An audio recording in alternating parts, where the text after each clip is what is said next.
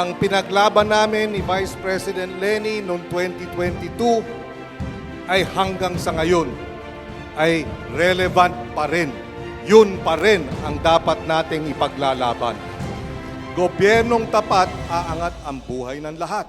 Hindi ito madaling gawin, pero yun ang solusyon. For 2025 up to 2028, we need to ensure na ang mga ihahalal natin ay yung mga may resibo, yung mga karapat-dapat, yung mga walang bahid ng katiwalian.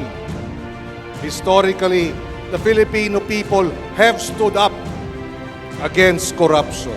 Historically, tumaya, nanindigan, nilabanan ng ating mga kababayan ang katiwalian, ang pagiging sugapa sa pwesto. Sabi ni Mark Twain, history does not repeat itself, but it often rhymes. And in this case, the rhyming is, darating ang panahon. Sooner or later, the people will say, tama na ang pang-aabuso. Tama na ang pangungurakot. Tama na ang pambabastos sa ating saligang batas. Tama na ang pagyurak ng karapatang pantao. Tama na ang kawalan ng hustisya. At mangyayari yun kung mas marami sa atin ang magsasabi at kikilos at tataya.